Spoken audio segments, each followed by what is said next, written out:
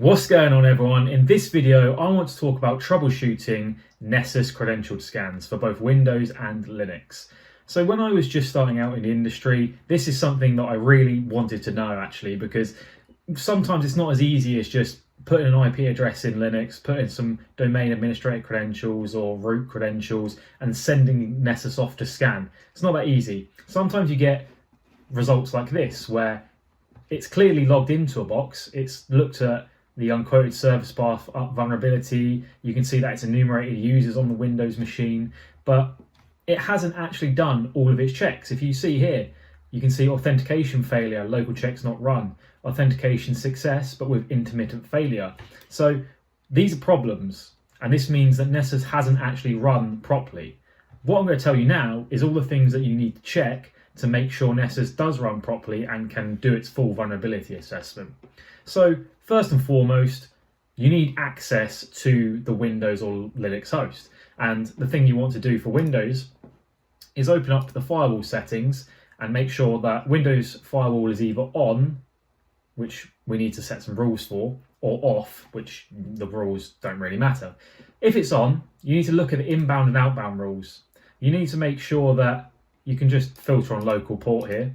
You need to make sure that everything on 137 is on, everything on 139 is on, or enabled should I say, and also 445 is on. And that's the file and printer sharing settings, basically allowing SMB connections to be active on the host.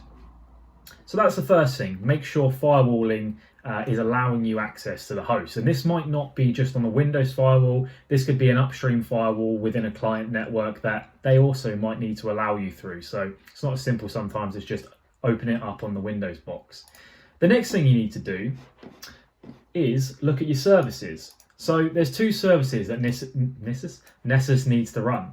The first one is the remote registry service. So go into properties. Startup type is usually set to disabled. So if you set it to manual and press start, that will start the remote registry service and that will be running. So that's the first thing. The second thing is the WMI service, Windows Management Instrumental Service. That also needs to be running. And this will allow Nessus to connect into the remote registry shares and other ways of logging in to actually run the credentialed checks on a Windows device.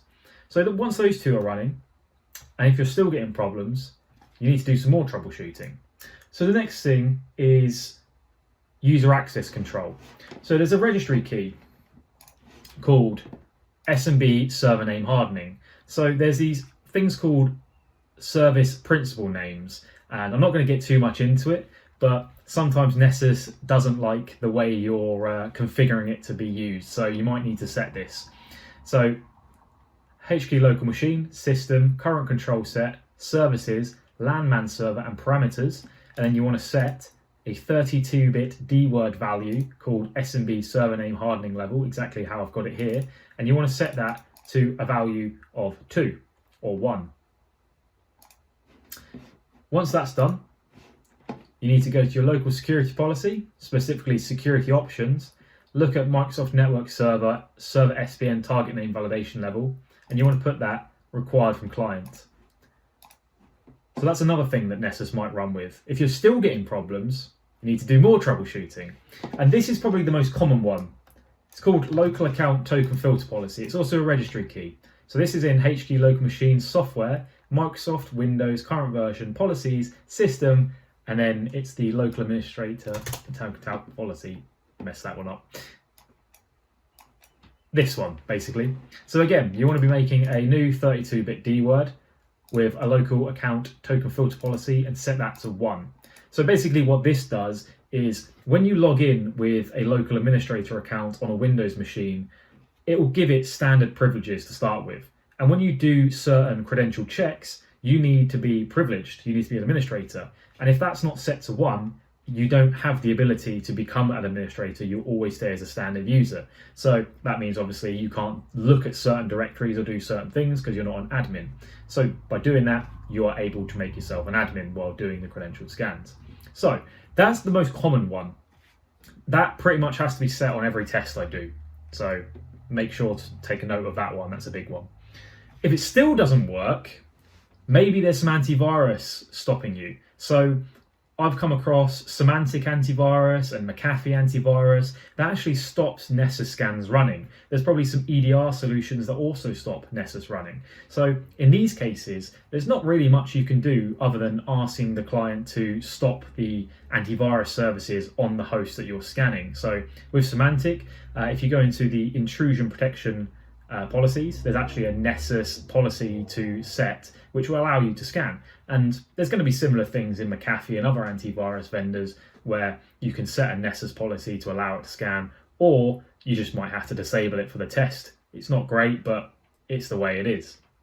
Ultimately, it's doing its job, so that is a good thing in a way.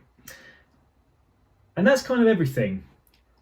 There's one more thing that might potentially be a problem, not so much these days, but in Windows features, you might want to turn SMB1 on just for the duration of the test. It's not good practice to do this, but sometimes Nessus for some reason doesn't like using SMB version 2. To be fair, I've not had to do this for a while, so this is kind of scraping the barrel of why Nessus doesn't work. I don't really recommend doing this, and definitely disable it after you've done it, after you've done your Nessus scans, but turn that on if you need to. Once you've done all that, all of those problematic Nessus outputs here, the authentication failure, authentication system intermittent failure, that should go away, and you should have some proper credentialed authenticated scans with patches and all sorts of vulnerability results. Now, let's move on to Linux.